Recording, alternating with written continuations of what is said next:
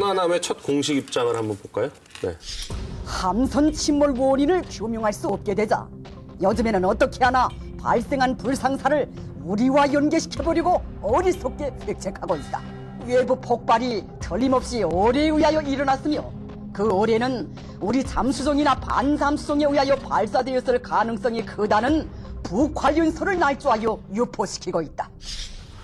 저때 대통령에 대한 MB에 대한 비난이 아주 뭐 도를 지나칠 정도로 좀 심하게 비판했어요. 그때 당시 이제 북한은 10만 군중 대회를 열어서 한국 정부를 비난하는 구호판을 내걸고요. 민족 반역자이자 매국노인 리명박 역적을 타도하자면서 대통령에 대한 비난을 아주 뭐 크게 달았었죠. 살벌했습니다. 북한 주장이 현 사태를 전쟁 국면으로 간주한다. 남측 정부가 대응하는 것에 따라 그 보복에 나설 것이고 남북 관계 폐쇄, 남북 불가침 합의 파기, 남북 협력 사업 철폐 등으로 우리는 맞설 것이다라는 식의 주장을 북한이 이때 했던 거죠.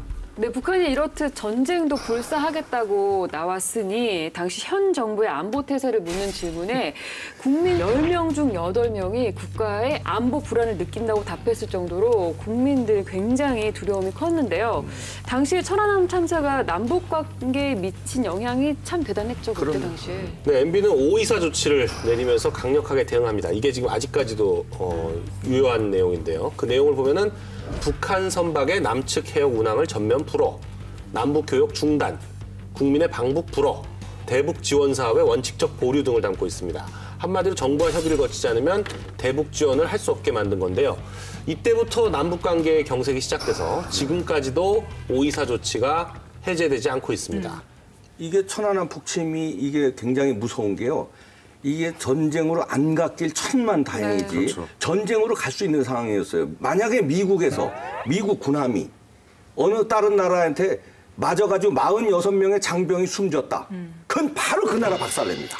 2배로 갚아줬어야 나는. 근데 이거는 정치적인 보복이나 경제적으로 제재를 가야지 그걸 같이 보복하는 건 좀 그게 무슨 국가예요. 일이죠. 개인적인 건 다르대요. 개인은 우리가 용서를 할 수 있어요. 그러나 국가는 용서를 하는 순간 온 국민들을 다 죽이는 게 돼요. 국가의 안보라는 거는 우리가 국민의 한 명 한 명 생명을 국가는 책임져 줘야 돼요. 네. 장병 46명이 죽었는데 가만히 있는다.